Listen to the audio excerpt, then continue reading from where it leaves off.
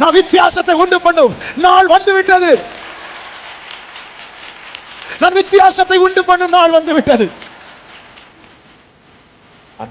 பக்கத்தில் நாளைக்கு இந்த அடையாளம் நடக்கும்.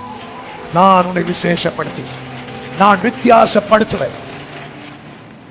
மகா பெரிய சேனையா. எத்தனை பேருக்கு நான் சொல்லுகிற வார்த்தை புரிகிறது என்று தெரிகிறதில்லை.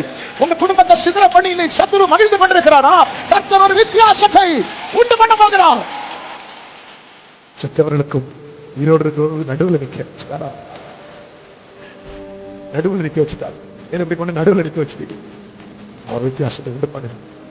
உன் கோல் துளிர் விடுவது எல்லா கண்களும் காணும். எல்லா கண்களும் காணும்.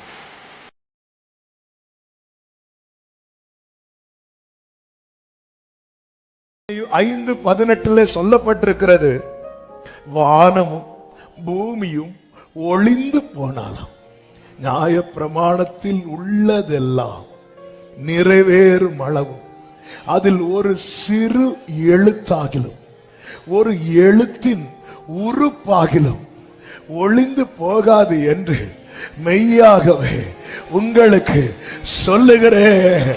ஒரு சிறு எழுத்தாகிலும் அந்த எழுத்துல இருக்கிற ஒரு உறுப்பு, அதாவது ஒரு வேர்டு இருக்குல்ல, வேர்டுல ரொம்ப சின்ன உறுப்பு எது? புள்ளி. அதனாலதான் அடிக்கடி சொல்லுவேன், அண்டியும் அவருடைய தீர்மானத்தின்படி அழைக்கப்பட்டவர்களாய் தேவனிடத்தில் அன்பு கூறுகிறவர்களுக்கு சா கா லா மூ மா போட்டு மேல ஒரு அது கூட நன்மையாக தான் இருக்கும். அதான் நான் செய்வேன் என்றார் கர்த்தர். அப்படியே அப்ப இதை செய்யறது யாரு? கர்த்தர். கர்த்தர். அதனாலதான் அப்பா பலிக்கான ஆட்டுக்குட்டி எங்க? கர்த்தர் பார்த்து இதை செய்யறது யாரு? கர்த்தர். ஒரு சிறு ஒரு உறுப்பாகிலும் எழுத்தாகிலும் அந்த எழுத்தின் உறுப்பாகிலும் ஒளிந்து போகாது. லூக்கா 16:17 சொல்லுகிறார், வேதத்தில் ஒரு எழுத்தின் உறுப்பு அவமாய் போவதை பார்க்கிலும் வானமும் பூமியும் ஒளிந்து போவது எளிதா இருக்குமா? வானமும் பூமியும் என்னைக்கு ஒரு நாள் கண்டிப்பா ஒளிந்து போக போகுது. ஆனா நம்மளால அது சாத்தியமா? சாத்தியமே கிடையாது. சாத்தானால் அது சாத்தியமாக்க முடியுமா? இந்த வானத்தை சாத்தானால ஒளிந்து போக பண்ண முடியுமா? முடியாது, முடியாது. ஆண்டவர் சொல்றாரு, இதெல்லாம் சாத்தியமே இல்லப்பா, இதுல நிக்கும். மனுஷன் தான் ஒளிந்து போனான். ஆனா வேதத்தின் ஒரு எழுத்தின் உறுப்பு அது அவமாய் போவது, அது அது அது நடக்காம போவதை பார்க்கலும் இந்த வானமும் பூமியும் ஒளிந்து போவது எளிதா இருக்கும்.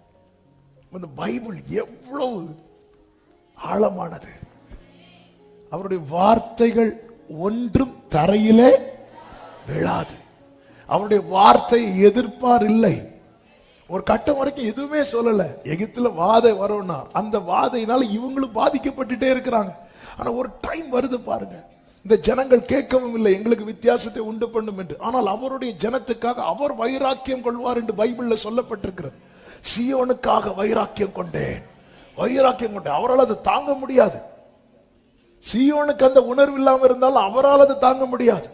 எனவேதான் சகரியா 1வது அதிகாரத்திலே கர்த்தர் சொல்லுகிறார், சகரியா புஸ்தகம் அதனுடைய 1வது அதிகாரம் 14வது வசனம். அப்பொழுது என்னோட பேசின தூதன் என்னை நோக்கி, சேனைகளின் கர்த்தர் உரைக்கிறது என்னவென்றால், நான் எருசலேமுக்காகவும் சீயோனுக்காகவும் மகா வைராக்கியம் கொண்டிருக்கிறேன்.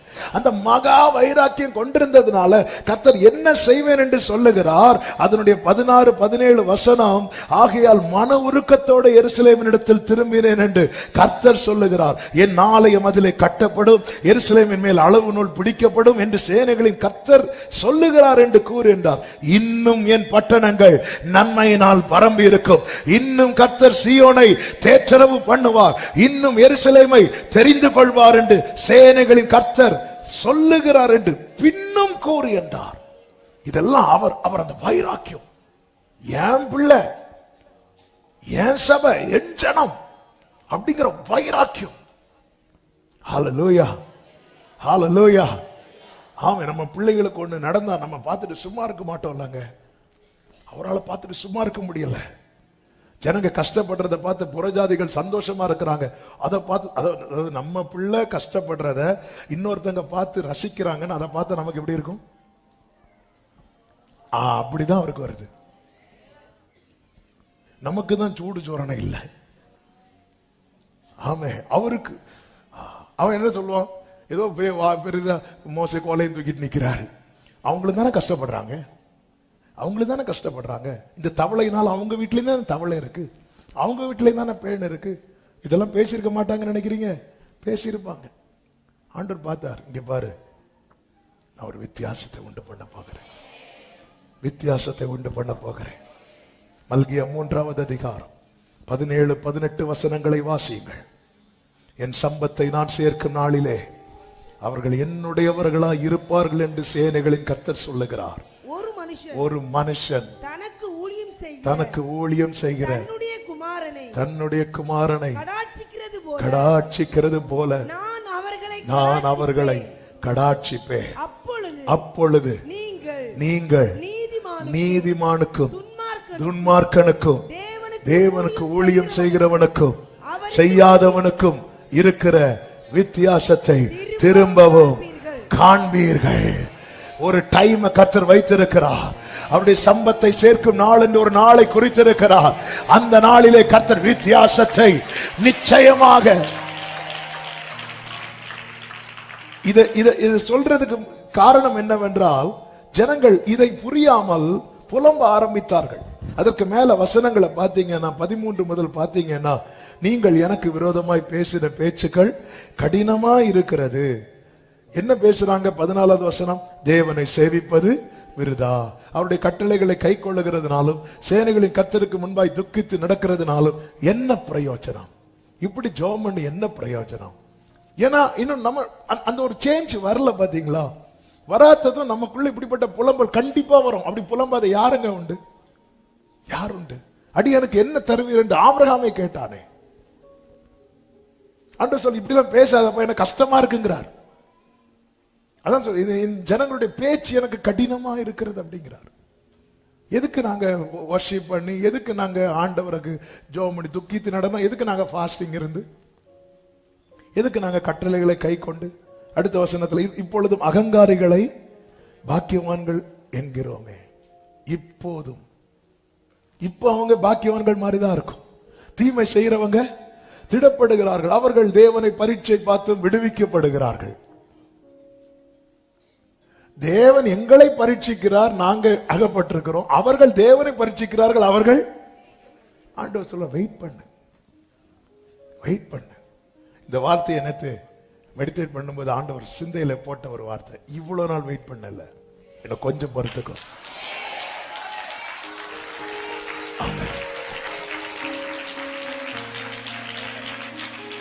இவ்வளவு நாள் வெயிட் பண்ணல, எனக்கு கொஞ்சம் பொறுத்துக்கோ. A day will come. அப்பொழுது நீதிமானுக்கும் துன்மார்க்கனுக்கும் கர்த்தருக்கு ஊழியம் செய்கிறவனுக்கும் ஊழியம் செய்யாதவனுக்கும் அவருடைய ஜனத்துக்கும் மற்றவர்களுக்கும் உள்ள வித்தியாசம் காண்பிக்கப்படும். கைகளை தட்டி ஆமென் சொல்லுங்க பார்க்கலாம். தேவனை ஆராதிக்கிறவர்களுக்கும் தேவன் அல்லாதவைகளை ஆராதிக்கிறவர்களுக்கு தேவன் வித்தியாசத்தை காண்பிப்பேன் என்று சொல்லி இருக்கிறார்.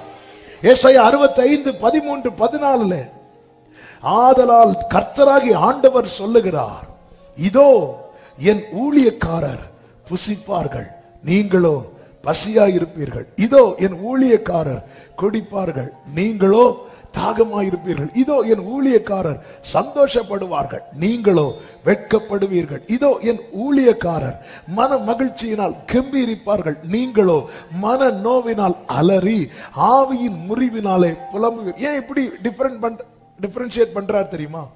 இது அப்படியே மாறி இப்போ நடந்துட்டு இருக்கு. அதான் விஷயம். இதோ அப்படின்னா இதெல்லாம் மாத்த போறார். அதான் புலம்பலுக்கு பதிலாக முச்சடிக்கு பதிலாக. ஏன்னா இப்போ உள்ள சிச்சுவேஷன் இப்படி போயிட்டு இருக்கு. அதான் ஆண்டவர் கூப்பிட்டு சொல்றார், எனவேதான் தேவன் தருகிற வார்த்தையில என்ன இருக்கும் தெரியுமா? நாளை குறித்த நம்பிக்கை இருக்கும். ஹல்லேலூயா. நாளை குறித்த நம்பிக்கை தேவன் தருகிற வார்த்தையில் மட்டும்தான் இருக்கும். ஆண்டவர் சொல்றார், இங்க பாரு, இது நான் உனக்கு தந்த வார்த்தையில ஒரு ஒரு ஒரு உறுப்பு அவமாய் போவதை விட இந்த வானமும் பூமியும் ஒளிந்து போறது ரொம்ப லேஸ். ஹல்லேலூயா. மோசே கோவத்துல தூக்கி போட்டு கல்லை உடைச்சாரு. ஹல்லேலூயா. உடைச்சாரு, தூக்கி போட்டு உடைச்சாரு. ஆண்டவர் திரும்ப 2 கல்லை எடுத்துட்டு வானார். அந்த கல்லை என்ன எழுதினார் தெரியுமா? என்ன ஒரு வெளிப்பாடு! கர்த்தருடைய வார்த்தையை தான் எழுதுவார், சாத்தனுடைய வார்த்தையை எழுதுவார். ஏற்கனவே எழுதி கொடுத்தார்ல, உடைச்சான்ல, அதே வார்த்தை. அதன் அர்த்தம் என்ன? நீயே தூக்கி போட்டு உடைச்சாலும் இந்த வார்த்தை மாறாது.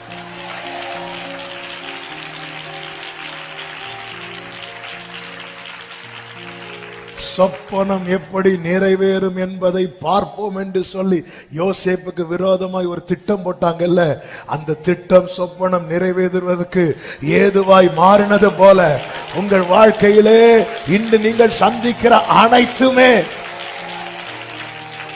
ஆமென் சொல்லுங்க பார்க்கலாம். 3 காரியத்தை ஒரு தேவ பிள்ளை கவனிக்கணும்.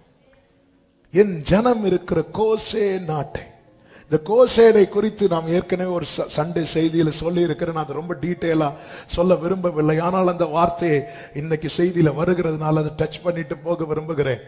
யோசேப்பு எகிப்தில் அதிபதியா இருக்கிறான். இப்ப யாக்கோபை அழைத்து வர சொல்லும் போது யோசேப்பு சொல்லும் வார்த்தை ஆதியாகமம் 45வது அதிகாரம் அதனுடைய 10வது வசனத்திலே சொல்லப்பட்டிருக்கிறது. ஆதியாகமம் 45:10. நீரும் உம்முடைய பிள்ளைகளும் அவர்களுடைய பிள்ளைகளும் உம்முடைய ஆடு மாடுகளோடும் உமக்கு உண்டாயிருக்கிற யாவற்றோடும் கோசே நாட்டில் வாசம் பண்ணிய சமீபத்தில் இருக்கலாம். கோசேன் என்றாலே டிரா நியர் என்ற அர்த்தம். பக்கத்துல இரு, பக்கத்துல வா, பக்கத்துல இரு.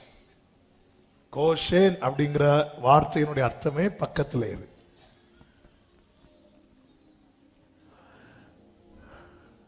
ஆண்டவர் சமூகத்துல. அப்போ இந்த நெருக்கம் வரும்போது, போராட்டம் வரும்போது, தூரம் போவது என்பது ரொம்ப எளிதில் நடக்கக்கூடியது. இயேசு கிறிஸ்து மேல சேவகர்கள் வந்து கை போட்டதும் சீஷர்கள் எல்லாம் எப்படி போனாங்க தெரியுமா? அப்படி சிதறி போயிட்டாங்க. அதனாலதான் பிலதெல்பியா சபைக்கு சொல்லுவார், உனக்கு கொஞ்சம் பலன் இருந்தும் நீ நாமத்தை மறுதலிக்கல பாத்தியா? என் ஜனம் இருக்கிற கோசே நாட்டு. அப்போ ஜனத்தை கர்த்தர் வச்சிருக்கிறார் பக்கத்துல. அதை விட்டு போயிடாதீங்க. தேவனை விட்டு விடுவதற்கு ஏதுவான காரியங்கள் தான் சுத்தி நடக்கும். ஆண்டவர் விட்டுறக்கூடாது. ஆண்டவரோடு நெருங்குவதற்கு எந்த புயல் அடிச்சாலும் ஆண்டவர்கிட்ட போகணும், ஆண்டவர்கிட்ட போகணும். பேதுரு பாருங்க, உண்மையில் ஆண்டவர் என்னையும் கடல் மேல நடக்க வைங்க. நீங்க நல்ல கவனிச்சீங்கன்னா தெரியும், நான் கடல்ல நடந்து உம்மிடத்தில் வர எனக்கு எதுக்கு பேதுரு கடல் மேல நடக்கணும்னு ஆசைப்பட்டாரு? இயேசு கிட்ட போகணும், அவ்வளவுதான். போட்ல எத்தனை பேர் இருக்கிறாங்க? பேதுருவையும் சேர்த்து 12 பேர். இப்ப இயேசு கிட்ட போகணும், ரைட். போட்ல இருக்கிறதுல பேதுருக்கு ரொம்ப நெருக்கமானது யாரு? இன்னும் நெருக்கமா ஒரு ஆள் உண்டு, அந்திரேயா. அந்திரேயா யாரு? பிரதர். யோவான் யாரு? ஃப்ரெண்ட். இவங்க எங்க இருக்கிறாங்க? டைம் இல்ல, கொஞ்சம் குயிக்கா. போட் பக்கத்தில் பாக்குறீங்களா? இங்க எங்க இருக்கலாம், போட்ல இருக்கிறான். இப்ப பேதுரு யார்கிட்ட மட்டும் பெர்மிஷன் கேட்டார்? இயேசுட்ட மட்டும். அந்திரேயா, அந்திரேயா நான் போட்டுமா கேட்டாரா? யோவான்ட்ட கேட்டார், நான் போட்டுமா கேட்டா விட்டுருப்பாங்க? இல்ல. இயேசு கிட்ட போவதற்கு வேற ஒருத்தருடைய பெர்மிஷன் உனக்கு தேவை இல்ல. நான் போட்டுமா? ஆண்டவர் ஆண்டவருக்கு இந்த வார்த்தையை சொல்லும் போது இன்னொரு வார்த்தையை சொல்லும், ஆண்டவருக்கு ஒரு ஸ்டெப் எடுத்து வைக்கிறதுக்கு பரலோக பெர்மிஷன் இருந்தா மட்டும் போதும். வான் அவர் சொல்லிட்டார்ல, அதுக்கப்புறம் நான் இங்க போட்டுமா, நான் போட்டுமா, நான் போட்டுமா விட்டுருப்பாங்க. நம்மளே நிறைய பேர் விட மாட்டோம். ஆண்டவர் அதான் யார்கிட்ட கேட்கிறா பாருங்க, எனக்கு உங்க கிட்ட வரணும், அவ்வளவுதான். புயல் அடிக்குதுப்பா, புயல் அடிச்சா சேஃப். நான் போட்ல இருக்கிறதெல்லாம் நான் உங்க கிட்ட இருக்கிறது. இயேசு இல்லாத போட்ல இருக்கிறத விட இயேசுவோடு கூட இந்த கடல்ல நிற்பதுதான் எனக்கு சேஃப். ஆமென் சொல்லுங்க பார்க்கலாம். கிட்ட போனோம், போய் கேட்கல, நான் போட்டுமா எல்லாம் எஸ்ன்னு சொல்லிருப்பாங்க. பேதுரு ஒரே ஒருத்தர் நீரே ஆனால். பேதுரு யோ அந்திரேயா அவரா எவரு, நான் போட்டுமா சும்மா இரு பேதுருவே. ஏற்கனவே உங்க விசுவாசத்தை பார்த்தாச்சு. அவர் வந்த உடனே ஆண்டவரையும் கூட பார்த்தா ஆவேசம், நீ இரு, உனக்கு விசுவாசத்துக்கும் சம்பந்தமே. பேதுருக்கு என்ன பக்கத்துல போகணும். என்னதான் சூனேமியால் அவளை ராஜா விருந்து அவர் அறைக்குள்ள கூட்டிட்டு போகும்போது அவ துடிக்கிறா, என்னை இழுத்துக்கொள்ளும், நான் உமக்கு பின்ன ஓடி வருவேன். ராஜாவின் அரண்மனையில் அவள் இருப்பதை விட வனாந்திரத்தில் நேசர் மேல் சார்ந்து கொண்டிருப்பதை அவள் பெரிதாய் பார்த்தாள். பக்கத்திலே இரு. ஆண்டவர் உங்களை எந்த நிலையில் வைத்திருக்கிறாரோ ஆண்டவர் பக்கத்துல, அதை மட்டும் உறுதிப்படுத்திக் கொள்ளுங்கள். இன்னும் கிட்ட சேர்த்து கொள்ளுமே பாடுபட்ட நாயகா. இன்னும் கிட்ட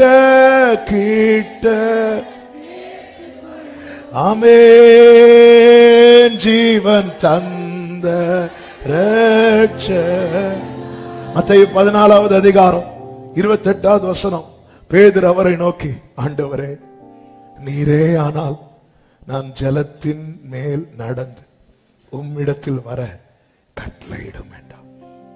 அதற்கு அவர் வா என்றார். அப்பொழுது பேதுரு படவை விட்டு இறங்கி யாரையும் திரும்பி கூட பார்க்கல. யாரையும் திரும்பி கூட, அந்திரேயாட்ட கேட்ட என்ன பண்ணும்?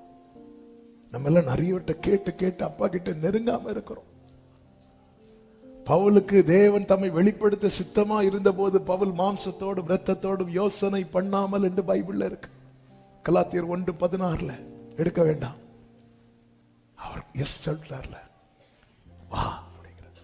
நான் கடல் மேல் நடந்து உம்மிடத்தில் வர, எனக்கு உங்க பக்கத்துல வரணும். எனக்கு காற்று அடிக்கிறது கஷ்டமா இருக்காட்டு, எனக்கு உங்க கிட்ட இருக்கணும்.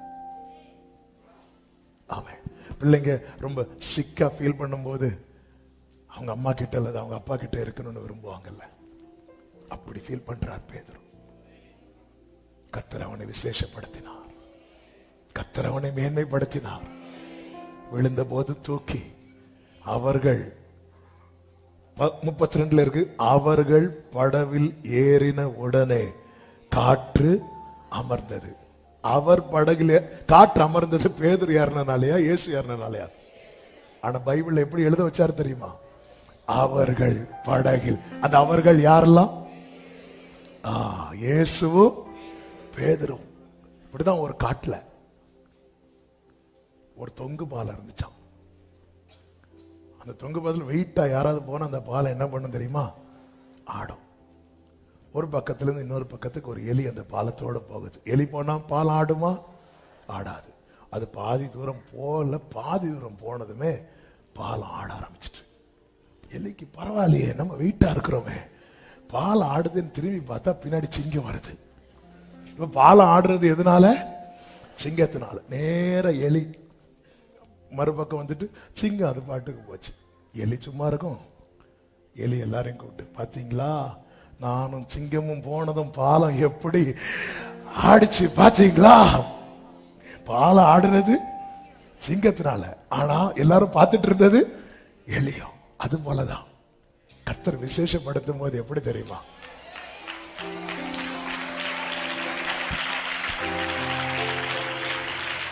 இந்த 12 பேர்ல பேதுருவே, நீ தானே என்கிட்ட வரணும்னு விரும்பின. இப்ப பேதுருவே, வா, என் காலு பட்டா மட்டும் இல்ல, உன் கால் படும்போது இந்த காற்று அமருவதை மற்ற 16 பேரையும் கர்த்தர் இப்படிதான் விசேஷப்படுத்துவார். கர்த்தர் இப்படிதான் விசேஷப்படுத்துவார்.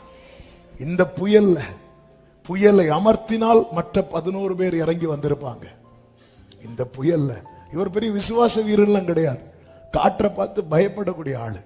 எல்லாம் ரைட்டு தான், ஆனா அவருக்கு இயேசு பக்கத்தில் இருக்கணும், இயேசுவோடு இருக்கணும். எதிர்காற்று வீச எதிர்போரும் பேச என்னோடு இருப்பவர் பெரியவர். ஹல்லேலூயா. அவரோடு கர்த்தருக்கு மகிமை உண்டாவதாக. ஆண்டவர் எப்படி வித்தியாசப்படுத்துவார் பாருங்கள். சங்கீதம் 68:1 என்ன சொல்லப்பட்டிருக்கிறது? தேவன் எழுந்தருளுவார், அவருடைய சத்துருக்கள் சிதறுண்டு, அவரை பகைக்கிறவர்கள் அவருக்கு முன்பாக ஓடி போவார்கள். எப்படியா? புகை பறக்கடிக்கப்படுவது போல அவர்களை பறக்கடிப்பீர் என்று சொல்லப்பட்டிருக்கிறது. நமக்கு இது தெரியும். யாத்திராகம் 14வது அதிகாரம் 24-25 வசனங்களிலே, கிழக்கு வெளுத்து வரும் ஜாமத்தில் கர்த்தர் அக்கினியும் மேகமுமான ஸ்தம்பத்தில் இருந்து எகிப்தியரின் சேனையை பார்த்து அவர்கள் சேனையை கலங்கடித்து அவர்கள் ரதங்களிலிருந்து உருளைகள் கழலவும் அவர்கள் தங்கள் ரதங்களை வருத்தத்தோடு நடத்தவும் பண்ணினார். அப்பொழுது எகிப்தியர் இஸ்ரவேலரை விட்டு ஓடிப்போம், கர்த்தர் அவர்களுக்கு துணை நின்று எகிப்தியருக்கு விரோதமாக யுத்தம் பண்ணுகிறார் என்றார்கள். அப்படி அவங்க ஓடி போகும்போது கர்த்தர் அவர்களை கடலின் நடுவிலே கவிழ்த்து போட்டார் என்று 27வது வசனத்திலே பார்க்கிறோம். காரணம், தேவன் எழுந்தருளினார். தேவன் எழுந்தருளினதுக்கு காரணம் என்ன தெரியுமா? ஜனங்களை எல்லாம் அந்த மேகத்துக்கு கீழே கொண்டு வந்தார். பக்கத்தில் இருக்கிறவன் பக்கத்தில் சத்துரு வந்தால் கர்த்தர் பார்த்து கொண்டு சும்மா இருக்க மாட்டார். அவர் பக்கத்தில் இருக்கிறவன் பக்கத்திலே சத்துரு நெருங்கினால் கர்த்தர் பார்த்து கொண்டு சும்மா இருக்க மாட்டார். ஒரு பக்கத்திலே தேவனுடைய செயலை பாருங்கள், அதான் வித்தியாசத்தை உண்டு பண்ணுகிறார். என்ன செய்கிறார்? பார்வோனும் அவன் சேனையும் ஒருமித்து இருந்த போது கர்த்தர் அவர்களை சிதற பண்ணுகிறார். தேவன் எழுந்தருளுவார், சத்துருக்கள் சிதறுண்டு போவார்கள். எப்படி சிதறுண்டு போவார்களா? தண்ணீர் உடைந்து ஓடுகிறது போல. ஒரு வழியாய் வந்தவன் 7 வழியா. இப்படிதான் கர்த்தர் சத்துருவை சிதற பண்ணுவான். திரும்பி ஓடும் போது எல்லாரும் பார்வோனுடைய ஆர்டருக்காக நிப்பாங்க நினைக்கிறீங்க? லெப்ட் ரைட் போடுறதுக்கு இல்ல. எனக்கு வீல் எல்லாம் என்ன ஆகுது? கலண்டுட்டு. வீல் கலண்ட வண்டி எங்க போகணும் தெரியாது. வீல் கலந்துட்டுன்னா அதுக்கப்புறம் டிரைவர் கண்ட்ரோல்ல நிக்காது. ஒருமித்து வந்த சத்துருவை சிதற பண்ணுகிறார். இன்னொரு புறம் பாருங்கள், இதுதான் இன்னொரு புறம். எசேக்கியேல் 37 சிதறி கிடந்த எலும்புகள்.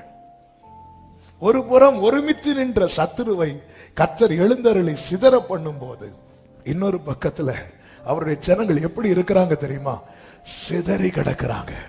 அந்த இடத்துல கர்த்தர் எசேக்கியேலை கொண்டு போய் நிறுத்தி சிதறி இருந்த அத்தனை எலும்புகளையும் கர்த்தர் ஒன்றோடு ஒன்று சேர வைத்து, காலூன்றி நீ அழுறது, நீ துக்கப்பட்டது, நீ மண்டாடினது, நீ உபவாசித்தது வீண் போகாது சகோதரா, வீண் போகாது சகோதரி. இன்னைக்கு சிதறி இருக்கிற உன்னுடையவர்களை கர்த்தர் ஒன்றாய் சேர்த்து, glory glory, கர்த்தர் அந்த காற்றை அனுப்புகிறார். கர்த்தர் அந்த காற்றை அனுப்புகிறார். எசேக்கியேல் பார்த்து கொண்டிருக்கையில் நடந்தது போல இந்த நாளிலே கர்த்தர் இந்த வித்தியாசத்தை,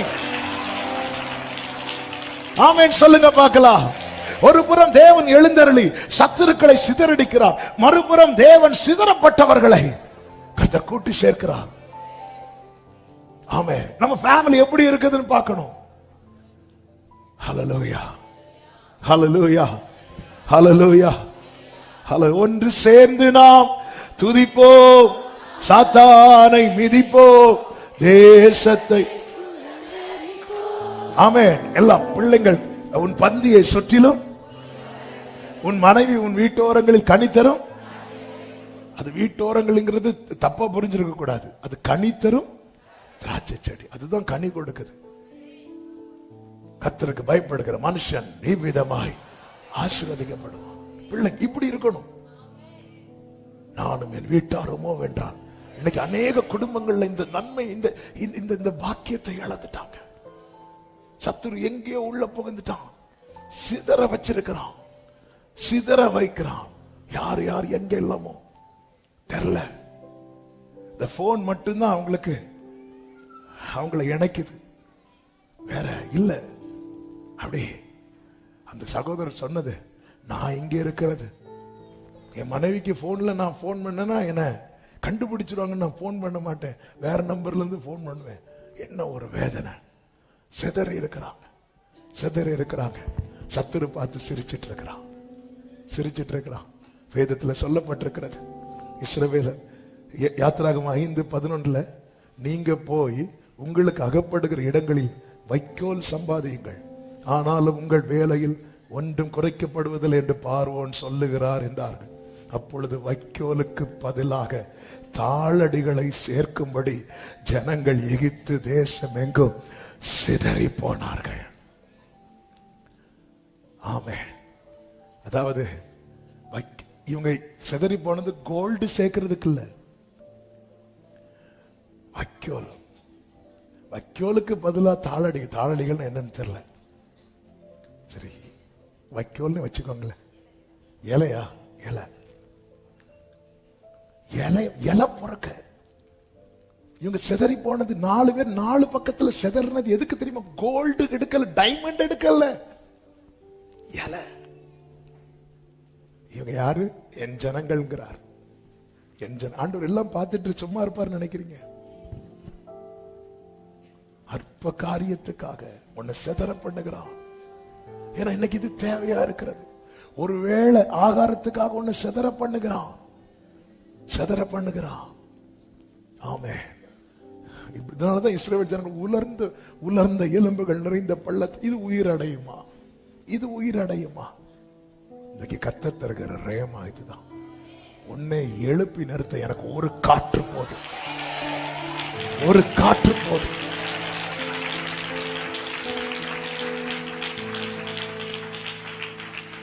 உன்னை இந்த நிலைமைக்கு ஆளாக்குன பார்வோனை அவன் சேனையும் கர்த்தர் எழுந்தருளி அவனை சிதற பண்ணுவான். ஆனால் இதே கர்த்தர் என்ன செய்கிறார் தெரியுமா? இஸ்ரவேலர் எல்லாம் யாத்திராகமம் 13:18 சிவந்த சமுத்திரத்தின் வனாந்திர வழியாய் ஜனங்களை சுற்றி போக பண்ணினார். இஸ்ரவேல் புத்திரர் எகிப்து தேசத்திலிருந்து அணி அணியாய், எல்லாரும் சொல்லுங்க பார்க்கலாம், அணி அணியாய், நல்ல கைகளை தட்டி அணி அணியாய் புறப்பட்டு போனார்கள். இலைக்காக ஆடு மாடுக்கு இலை கொடுக்கணும். இலை கொடுத்தாதான் அது பால் கொடுக்கும், அது வேலை செய்யும். அதுக்காக இலை பொறுக்கிறதுக்காக, விறகு பொறுக்கிறதுக்காக சிதறி போனாங்க. என்னைக்கு ஒரே மாதிரி இருக்காதுங்க. 2 அப்பம் சுடுறதுக்கு காட்டுல போய் விறகெடுக்க போனா, ஆமென், கொஞ்சம் மாவு கொஞ்சம் எண்ணெய். கர்த்தர் ஒரு வித்தியாசத்தை உண்டு பண்ணினார். கர்த்தர் வித்தியாசத்தை உண்டு பண்ணது என்ன? பஞ்ச காலத்தை மாற்றினாரா? காலத்தை மாற்றல, ஆனா இவன் வீட்டுக்குள்ள ஒரு வித்தியாசத்தை உண்டு பண்ணினார். ஹல்லேலூயா. வித்தியாசம். அந்த பஞ்சகாலம் முழுவதும் மாவு குறையல, எண்ணெய் குறையல. பஞ்சகாலம் முழுவதும் மாவு எண்ணெய் குறையாதுன்னா அவளுடைய ஜெபம் எதுவா இருந்திருக்கும்? ஆண்டவர், இந்த பஞ்சகாலம் மட்டும் முடிஞ்சிடவே கூடாது. பஞ்சகாலம் முடிகிறது வரைக்கும் கேரண்டி, மாவுக்கும் எண்ணெய்க்கும். பஞ்சகாலம் முடிஞ்சதும் மாவு எண்ணெய், அதுக்கப்புறம் நீ பார்த்துக்கோ, அதான் அர்த்தம். அப்ப அவ ஜெபம் எதுவா இருந்திருக்கும்? எந்த காலத்தை நீங்க ஃபேஸ் பண்ண தயங்குனீங்களோ அந்த காலத்துக்காக ஸ்தோத்திரம் பண்ணுவீங்கன்னு சொல்ல வரேன். ஹல்லேலூயா, ஆமென் சொல்லுங்க பார்க்கலாம். உபாகம் 30 கர்த்தர் மோசேயை கொண்டு ஜனங்களுக்கு சொல்லுகிறார். 1, 2, 3 நானே வாசிக்கிறேன். நான் உனக்கு முன்பாக வைத்த ஆசீர்வாதமும் சாபமும் ஆகிய இந்த காரியங்கள் எல்லாம் உண்மையில் வரும்போது, நீ உன் தேவனாகிய கர்த்தரால் துரத்தி விடப்பட்டு எல்லா ஜாதிகளிடத்திலும் போயிருக்கும் போது, நீ உன் இருதயத்தில் சிந்தனை செய்து உன் தேவனாகிய கர்த்தரிடத்துக்கு திரும்பி, அதுதான் சொன்னேன், பக்கத்தில் வா, பக்கத்தில் இரு. இன்று நான் உனக்கு கற்பிக்கிறபடியெல்லாம் நீ உன் பிள்ளைகள் உங்கள் முழு இருதயத்தோடு உங்கள் முழு ஆத்மாவோடு அவருடைய சத்தத்துக்கு செவி கொடுத்தால், அடுத்த ஆண்டவர் சொல்லுகிற வார்த்தை கேளுங்கள், உன் தேவனாகிய கர்த்தர் உன் சிறையிருப்பை திருப்பி உனக்கு இறங்கி உன் தேவனாகிய கர்த்தர் உன்னை சிதற அடித்த எல்லா ஜனங்களிடத்திலும் இருக்கிற உன்னை திரும்ப சேர்த்துக் கொள்வார். அடுத்த வார்த்தை, உன்னுடையவர்கள். அது புருஷனோ மனைவியோ பிள்ளைகளோ சகோதரனோ சகோதரியோ, உன்னுடையவர்கள் வானத்தின் கடையான திசை மட்டும் துரத்துண்டிருந்தாலும் உன் தேவனாகிய கர்த்தர் அங்கே இருக்கிற உன்னை கூட்டி அங்கே இருந்து உன்னை கொண்டு வந்து உன் பிதாக்கள் சுதந்தரித்திருந்த தேசத்தை நீ சுதந்தரிக்கும்படிக்கு உன் தேவனாகிய கர்த்தர் அதில் உன்னை சேர்த்து உனக்கு நன்மை செய்து உன் பிதாக்களை பார்க்கலாம் உன்னை பெருக பண்ணுவார். கைகளை உயர்த்தி பக்கத்தில் இரு, பக்கத்தில் இரு. சத்துரு இந்த அளவுக்கு விளையாட காரணம் என்ன தெரியுமா? நீ கேப் உண்டாக்கிட்ட. நீ பக்கத்தில் இரு, கர்த்தர் அந்த வித்தியாசத்தை உண்டு பண்ணுவார். ஒரு புறம் ஆண்டவர் சொல்ல, நீ என் பக்கத்தில் இரு, நாளைக்கு இந்த அடையாளம் நடக்கும். நான் உன்னை விசேஷப்படுத்தி நான் வித்தியாசப்படுத்துவேன். நீ அழுறது, நீ துக்கப்பட்டது, நீ மண்டாடினது, நீ உபவாசித்தது வீண் போகாது சகோதரா, வீண் போகாது சகோதரி. இன்னைக்கு அநேக சன்பலாத்து தோபியாக்களும் இப்படிதான் பார்த்து கொண்டிருக்கிறார்கள். சுட்டரித்து போடப்பட்ட கற்களுக்கு உயிர் கொடுப்பாங்களா? இந்த அலங்கனி கட்டி முடிக்கப்படுமா? இவன் ஜெபத்தில் இதெல்லாம் சாத்தியமாகுமா? பரலோகத்தின் தேவன் எங்கள் இவன் விசுவாசத்தில் இதெல்லாம் நடக்குமா? சுட்டரித்து, இது சுட்டரித்து போடப்பட்டது. இந்த சாப்டரை நாங்க க்ளோஸ் பண்ணிட்டோம். உன் காது கேட்க இந்த வார்த்தைகள் வரும். இது நீ நடக்க சாத்தியமே இல்லை, இது நீ நடப்பதற்கு வாய்ப்பே இல்லை. சுட்டரித்து போடப்பட்ட கற்கள். வாழ்க்கையில் இப்படிப்பட்ட நிலையில நீங்க பாதத்தில் அமர்ந்து பாருங்கள், கர்த்தர் வித்தியாசத்தை காண்பிப்பார். இடிக்க சத்துரு எடுக்கிற நாளை விட கட்டுகிற நாள். ஆமா, என் வாழ்வை இடிக்கும் சத்துருவை காட்டிலும் என் வாழ்வை கட்டும் தேவன். என் வாழ்வை இடிக்கும் சத்துருவை காட்டிலும் என் வாழ்வை கட்டும் தேவன். சத்துரு இடிக்க எடுத்திட்ட காலத்திலும் வேகமா என்னை கட்டுவிப்பா. சத்துரு சலமகரதனர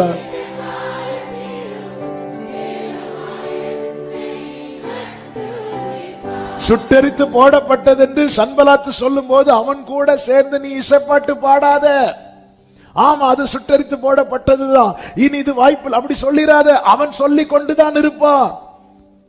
ஆனா உன் கண்களை ஏறெடுத்து பார், நீ எங்கே அமர்ந்திருக்கிறாய்? தேவை, அது நல்ல பங்கு.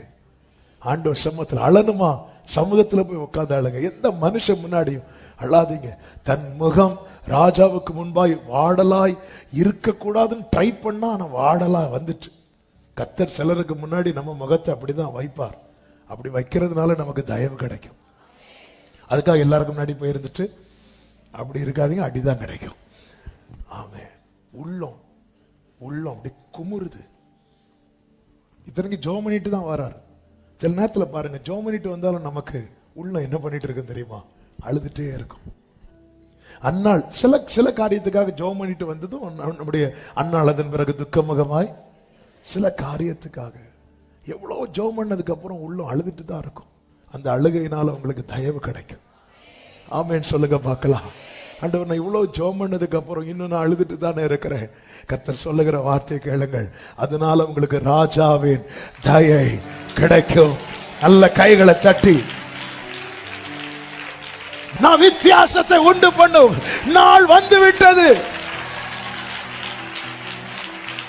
நான் வித்தியாசத்தை உண்டு பண்ணும் நாள் வந்து விட்டது. ஹalleluya, ஹalleluya. இதுதான் ஆரம்பத்தில் இவ்வளவு காலம் பொறுத்தாயே.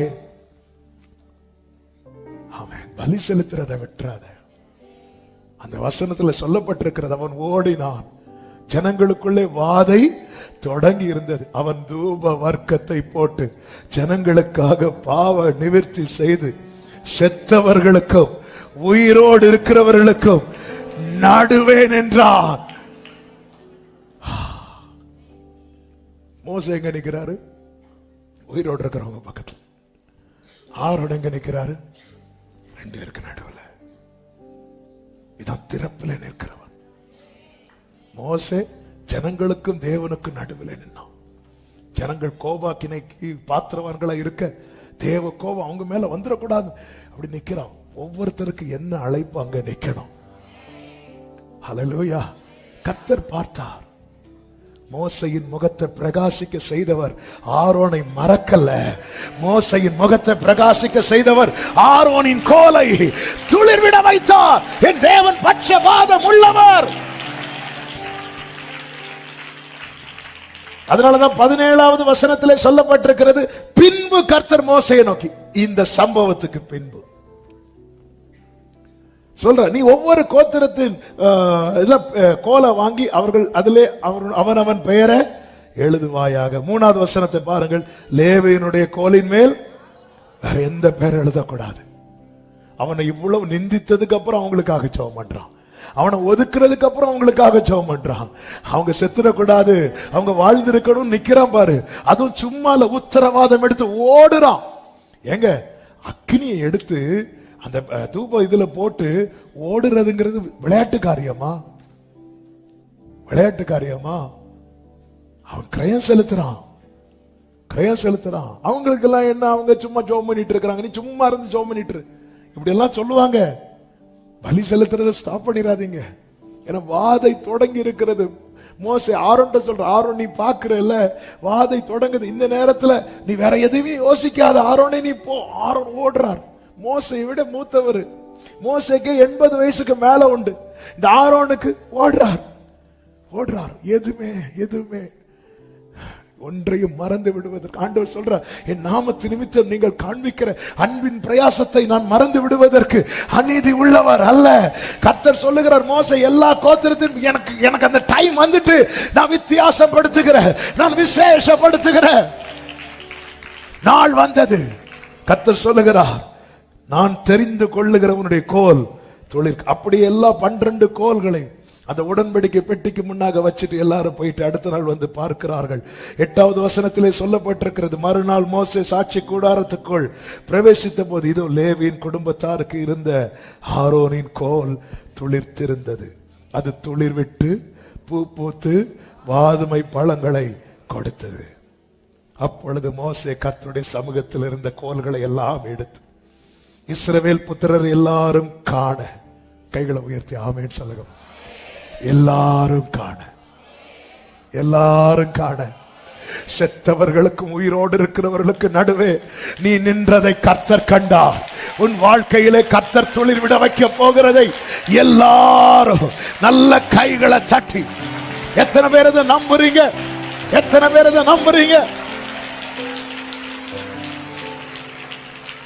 எல்லாரும் காண வெளியே கொண்டு வந்தார். அவர்கள் கண்டு அவரவர் தங்கள் கோல்களை, எல்லாரும் அவங்க கோலை வாங்கும் போது கண்ணு எங்க இருக்கும் நினைக்கிறீங்க?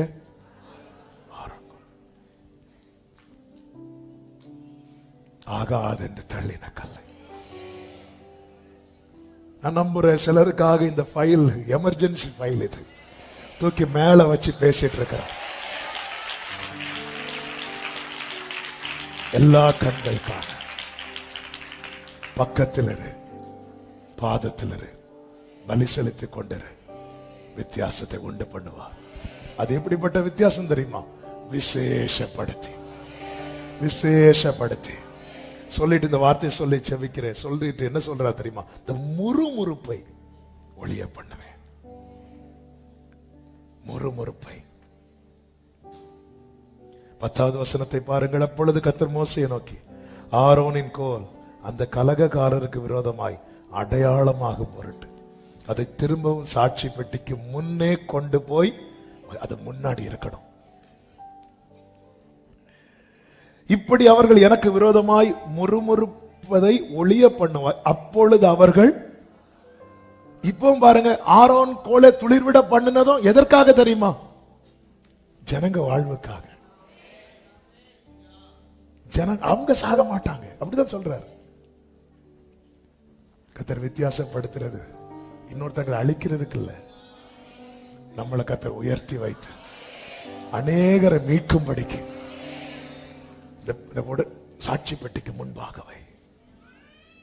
அதன் அர்த்தம் என்ன தெரியுமா? இந்த கோலை பார்க்கிறவன் இந்த பெட்டியை பார்க்கணும், இந்த பெட்டியை பார்க்கிறவன் இதை பிரிச்சு பார்க்க கூடாது. இந்த ஆரோன் இவ்வளவு காலம் அப்படித்தான் என்றான். நம்மள மோசையின் முகம் பிரகாசித்ததை மட்டும்தான் பார்க்கிறோம். கர்த்தர் சொல்றார், இல்ல, நான் ஆரோனுடைய கோலையும் துளிர் விட பண்ணுவேன்.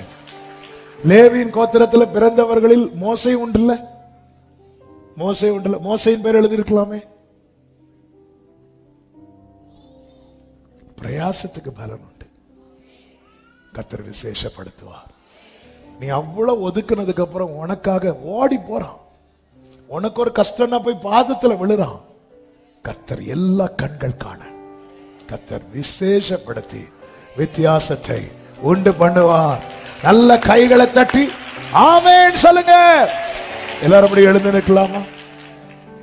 ஆமென், ஹல்லேலூயா. விசேஷப்படுத்தி வித்தியாசத்தை உண்டு பண்ணுவார்.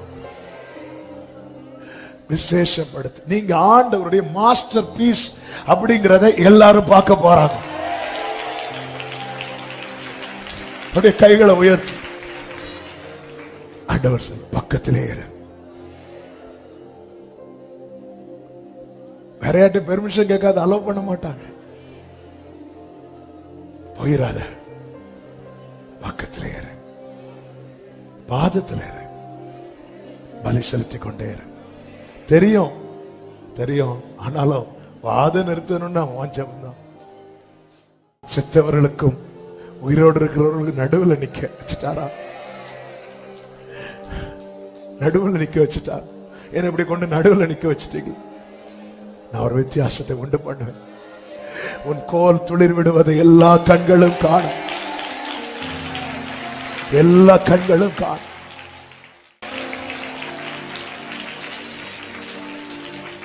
அப்படியே கைகளை உயர்த்தி தகப்பன அந்த வித்தியாசத்தை உடைய பிள்ளைங்க வாழ்க்கையில் நீ செய்ய போகிறதற்காக ஸ்தோத்திரம். ஆன்லைன்ல பார்க்கிறவர்கள் இருக்கிற இடத்துல கைகளை உயர்த்தி, நான் தெரிந்து கொண்டவனுடைய கோல் துளிர்க்கும், நான் தெரிந்து கொண்டவனுடைய கோல். இயேசுவின் நாமத்தில் ஜெபிக்கிறப்பா, நீ தந்த நல்ல வார்த்தைகளுக்காக, தீர்க்க தரிசன வார்த்தைகளுக்காக ஸ்தோத்திரம். நீர் அந்த வித்தியாசத்தை சீக்கிரமாய் உண்டு பண்ண போறீங்க.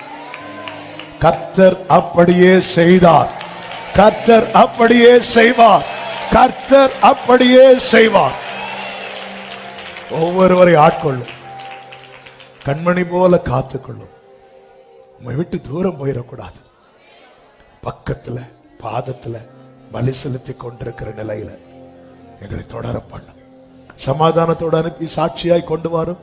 எல்லா மகிமை கனம் துதி ஸ்தோத்திரங்கள் ஒருவருக்கே செலுத்துகிறோம், இரட்சகர் இயேசு கிறிஸ்துவின் நாமத்தில் பிதாவே, ஆமென். சேர்ந்து சொல்வோம், என் ஆத்துமாவே கர்த்தரை ஸ்தோத்திரி, முழுவதுமே அவருடைய பரிசுத்த நாமத்தை ஸ்தோத்திரி. என் ஆத்துமாவே கர்த்தரை ஸ்தோத்திரி, கர்த்தர் செய்த சகல உபகாரங்களை மறவாதே.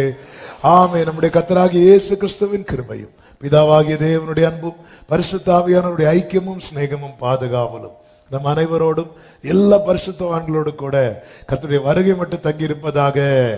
ஆமென். ஹல்லேலூயா. God bless you. கர்த்தர் உங்களை ஆசீர்வதிப்பாராக. ஆமென்.